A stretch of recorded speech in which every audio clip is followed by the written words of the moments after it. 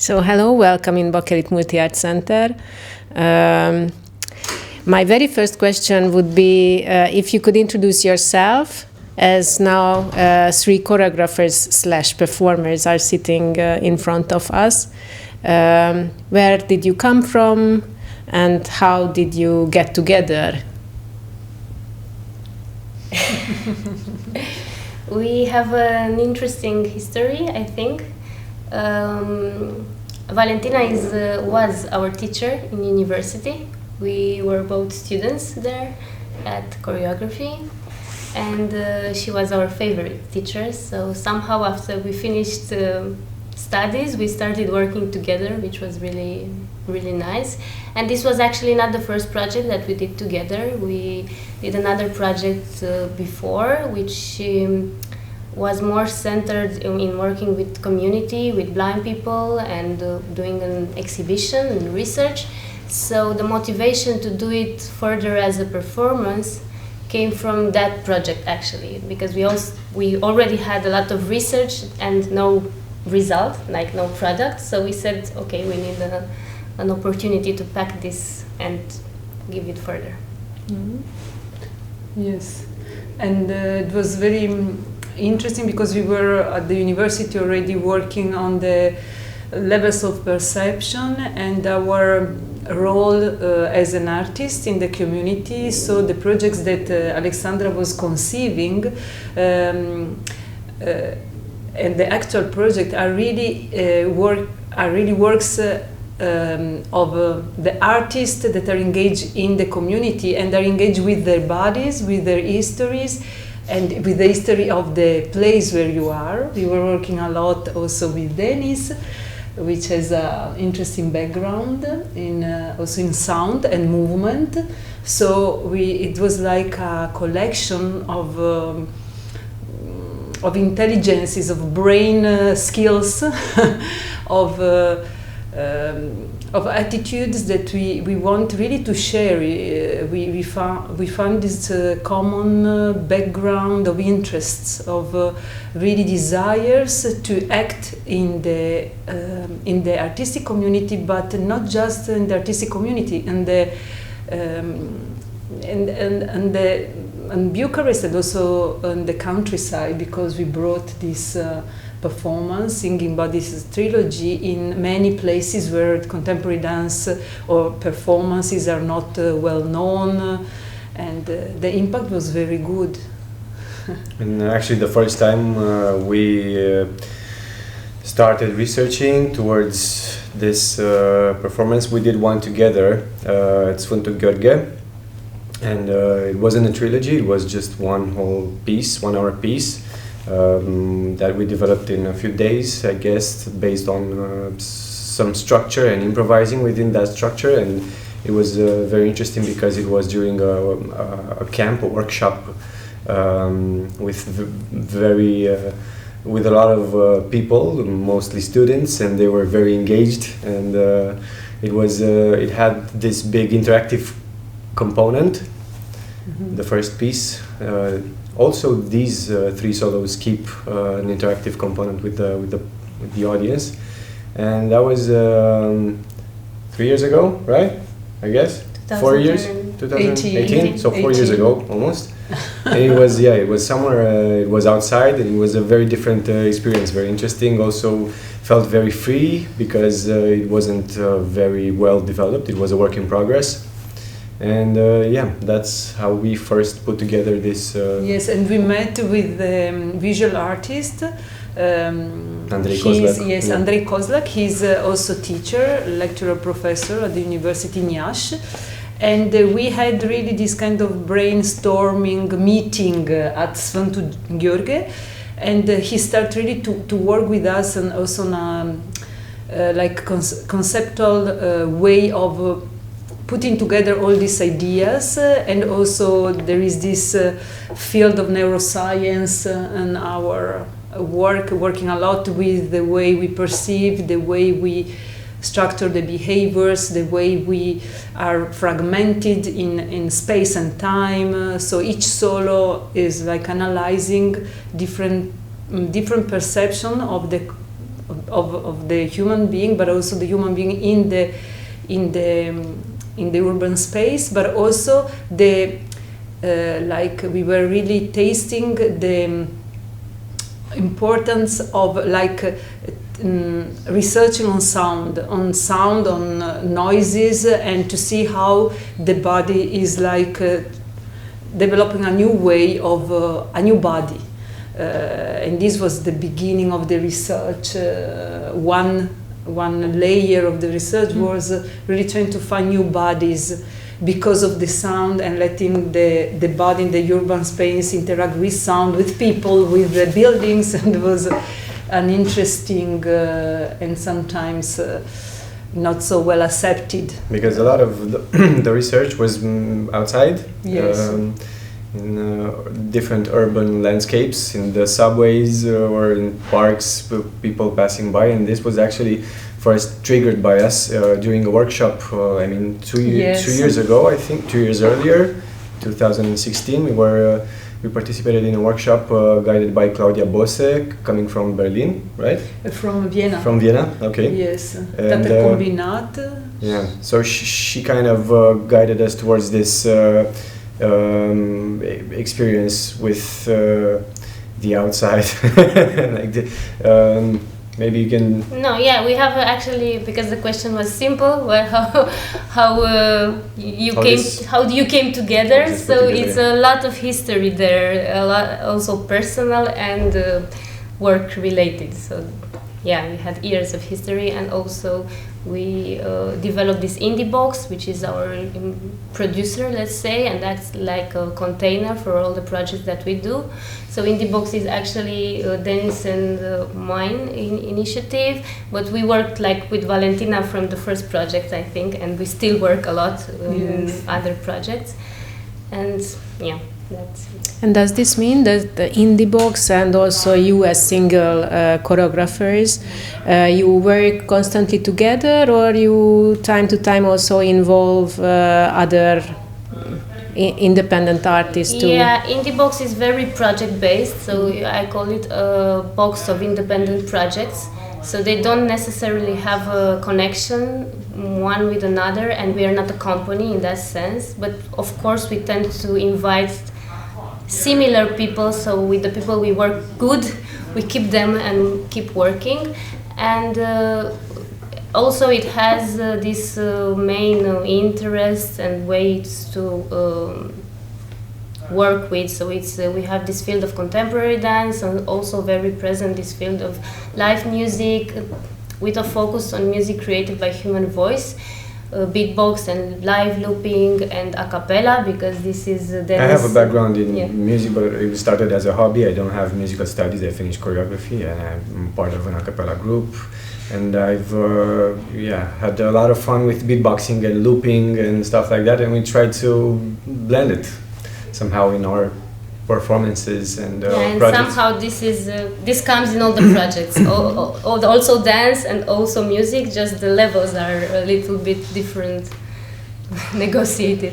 Can you share some memories or experiences how the people, like the audience or the participants of such a workshop or a sudden action was there and were influenced by this kind of method?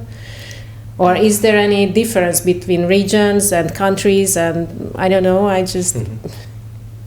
When we work with people, like it's a workshop, people are usually very excited because a lot of them are not used to use voices so creatively, and if they are dancers, even then they might not use voice, so it's still new. If they are not dancers and they use both voice and dance, it's new, so they are very eager to try, and they try a lot of things because we put them like also to walk without seeing and dance in public spaces, and they're very open. But I can share more about how general audience reacted when we did our research, because part of the concept of the project was that we wanted to do not all, but like 50% of the research in public spaces. So this was something that I put from the beginning. So we spent a lot of time dancing with eyes closed, with eyes open, together or not, in public spaces from Bucharest. And at some point, the three of us were dancing, and I was with my eyes closed, and someone really old came to shake me, and he told me, "What are you doing? You should go to study." And I was like really shocked because I had my eyes closed and I was scared and I didn't say anything. But then he looked around and he saw them and he was like, "Oh my God, you are more. There are many of you. Yeah, what they are teaching you, what happened with this world?" And then I was like, at the beginning I judged him, but then I was putting myself a lot of questions about how disturbing actually this can be for people. And then when I continued alone with a video artist which was filming me, actually the material can be seen in the piece, again a lot of negative reactions, like people wanted to grab me, to stop me, to hit me, and girlfriends saying to boyfriends, leave her life. Purpose achieved. Yeah, but what shocked me was that people were really scared, a lot of them really scared. Yeah, because also we are pushing somehow the borders of what is a body in the city, what is used to do a body, and what we can do with this body. So we were really exploring the perception of the people just walking around us, and there is this truth that actually the body is not known. So we are trying to really develop a large discourse about how to really to make the people touch again themselves, how the people can get to know their bodies, not just in these scary situations, but also in workshops, for example. We have different, through Alexandra, through Indie Box, we have a different workshop where the people discovered body, for example, and the feelings and the perception, the movement in the body, and they discover another identity. So this is somehow one of the main research about the identity, what is identity. So in this piece, in this trilogy, we are really speaking about consciousness, how we perceive, how we start to get to know ourselves in the community, who we are, and how much we know about ourselves, because we are questioning all the time about these topics. For me, it was very interesting that I was working a lot with sound as a not known subject, sound in the body, the sound and the body, how this can make a new dialogue and not led by the logic of a small part of the brain. So, and also they were working a lot in this unknown relation between sound, body, image. We have a lot of elements in each performance that stimulates the perception and the questioning, and also the association in the audience mind. So as I listen to your words, and now we are talking about Singing Bodies, the trilogy itself. Do you have in your mind any ideal audience member? How you wish them to participate? I think Alexandra has for the beginning of her performance, because it always fails somehow. You are so mean. I'm not mean, it does. What do you think this fails? I mean, fails your initial purpose, maybe. But it's very interesting because seeing this, this failing, you can see it as something organic happening. Like it goes beyond it's our supposed to initial fail purpose. like that. I was never expecting that people will actually enjoy, do something. We're also a couple, so now we're arguing a little bit about history. No, but the perfect audience. But it's not for me. It's not that the perfect audience. But I know why Denis says that it fails.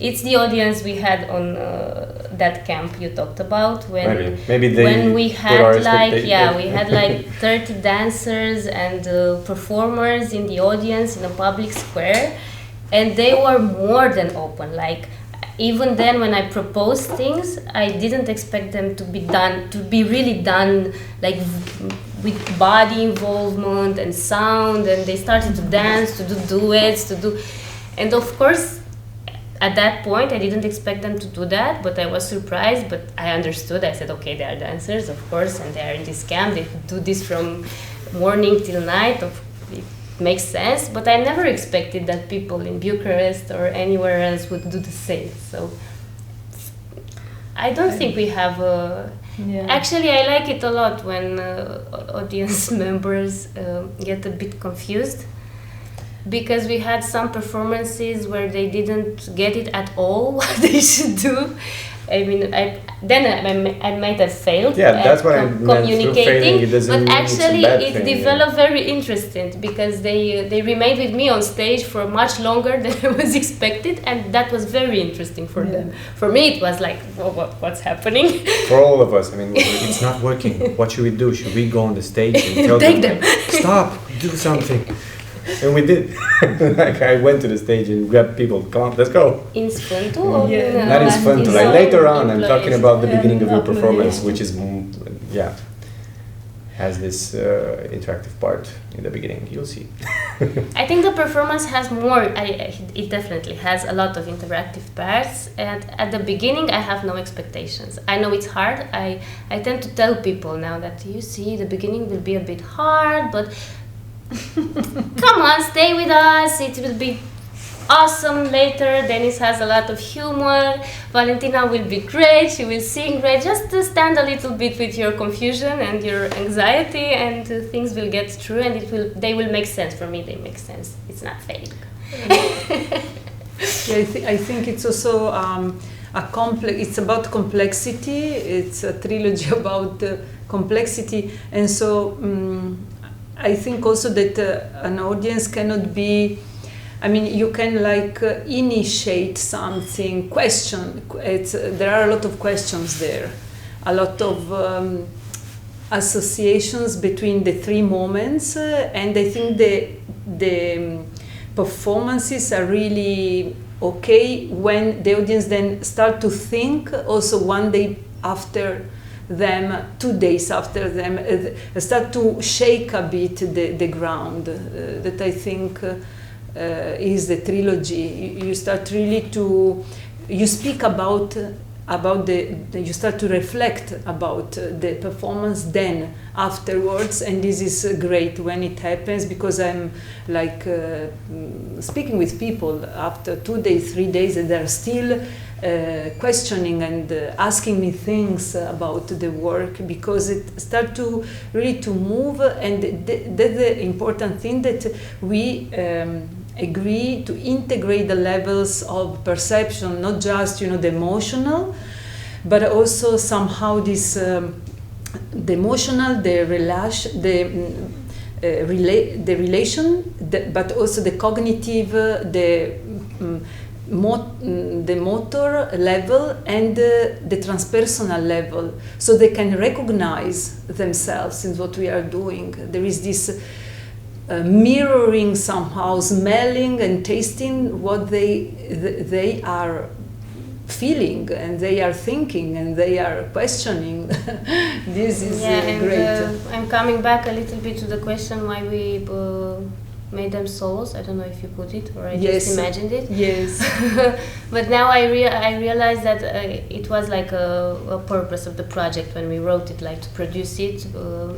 I said we will do 3 solos, but then I never imagined after that to do them separately, because of these connections that we have between us, and this transpersonal level that somehow the trilogy can reach, and I don't think each part separately would be like the same. I mean, I would feel like, because my part is the first one, I would feel like unfinished in a way if I would leave the audience just with my solo. But they do work standalone. They do work standalone. They were presented as such. Yeah, you will present it this year. Also Valentina. And Valentina presented it, Yes, and but it's a part of a bit, the whole. It's like because you integrate. Also at the end, things are coming back of the small spots. And so it's like we accumulate bodies, experiences, and bodies. You can see different bodies in the same body, like repeated, and it's an accumulation of knowledge. And also with some dramaturgical level, there are things that are deciphered in the next performance. So there's a direct connection, for example, in between her and mine, and also going beyond. Yeah, and also because we presented it the first time as a trilogy in this order, because we, like, after 2 weeks of researching, we talked a little bit, presented what each of us did, and we said, okay, what makes more sense to how we present this, and how do we work further. So then we took some decisions when we decided that my part is the first and Valentina's the last. We took some decisions that guided us. Because they have their own, each one has their own vibe. It's quite... They're quite different, yeah. But they recycle a lot of... Yeah, I wish you a great audience, just to experience it with Hungarians now. Mainly Hungarians will participate. And